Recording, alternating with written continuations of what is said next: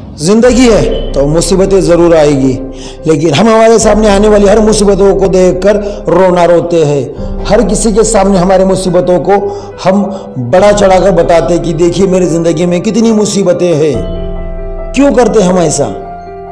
सिर्फ और सिर्फ उसके 4 शब्द सिंपैथी के, दया के, हमारे लिए। लेकिन हम ये नहीं सोचते कि इन मुसीबतों का सामना कैसे करना है। इसी के लिए आपको एक कहानी सुनाता हूँ। एक किसान था जिसने अपने खेत में गेहूं की खेती किया था और वो अपने खेत को हर वो चीज दे रहा था जो उस खेत को चाहिए थे।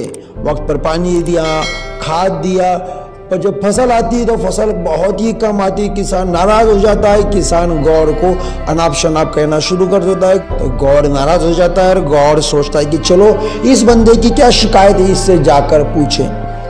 जब गौड़ उसके पास में आते पूछते हैं तो फिर वही रोना रोता है, मैंने मेरे फसल को सब कुछ दिया लेकिन आखिरकार तूने मुझे फसल उतनी नहीं दिया जितनी मुझे चाहिए थी।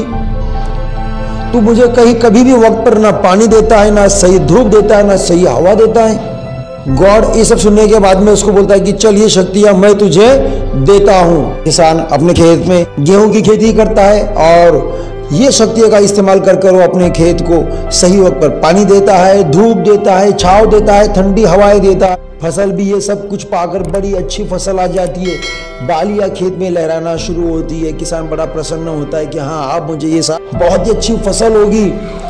पर जब वो फसल निकालने की बारी आती है तो देखता है तो गेहूं के बालियों में एक भी गेहूं का दाना नहीं, बालियां सिर्फ खाली है। फिर से वही किसान गौड़ को कोसना शुरू करता है। गौड़ जब सामने प्रकट हो जाते तो गौड़ को बोलता है तूने क्या कर दिया? मैंने सब कुछ दिया था, वक्त पर पानी दिया, धूप दिया, छांव दिया, ठंडी हवाएं दिया, लेकिन तूने जादू कर कर मेरे खेत के बालियों में तूने गेहूं नहीं आने दिया।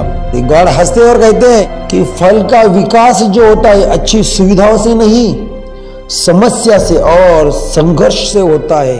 उन फसल के सामने जब समस्या आती है तो वो उससे जूझते हैं, लड़ते हैं। मैंने उन्हें पानी कम दिया, उस वक्त वो पानी पाने के लिए उन्होंने मेहनत करी, अपनी समस्या के साथ में संघर्ष किया। जब उन्हें ठंडी हवाएं चाहिए थी मैंने उन्हें न दिया, फिर उन्होंने संघर्ष किया और अपने आप में वो क्वालिटी उन्होंने पैदा की। उसी तरह दोस्तों हमारे जीवन में समस्या जरूर आएंगी। समस्या आने के बाद में हम उस समस्या का रोना न रोते हुए उसके साथ में संघर्ष करें। संघर्ष भी इस तरह की समस्या घुटने टेक दे। ऐसा दुनिया में कोई व्यक्ति नहीं जिसकी जिंदगी में कोई समस्या न आई हो। हर व्यक्ति जो कामयाब है उसके सामने कई सारी समस्या है, लेकिन समस्या आने के बाद में वो इंसान अपने जिंदगी में कामयाब हुआ। एपीजे अब्दुल कलाम हो, डॉक्टर बाबा साहब अम्बेडकर हो, लोकमान्य तिलक हो, इनके सामने कई सारी मुसीबतें आई। एपीजे अब्दुल कलाम हमारे करोड़ों देश के आइडल है जिनके सामने कई सारी समस्या थी, लेकिन उन समस्याओं के सामने एपीजे अब्दुल कलाम ने अपने घुटने नहीं टेके तो उनके साथ में संघर्ष किया।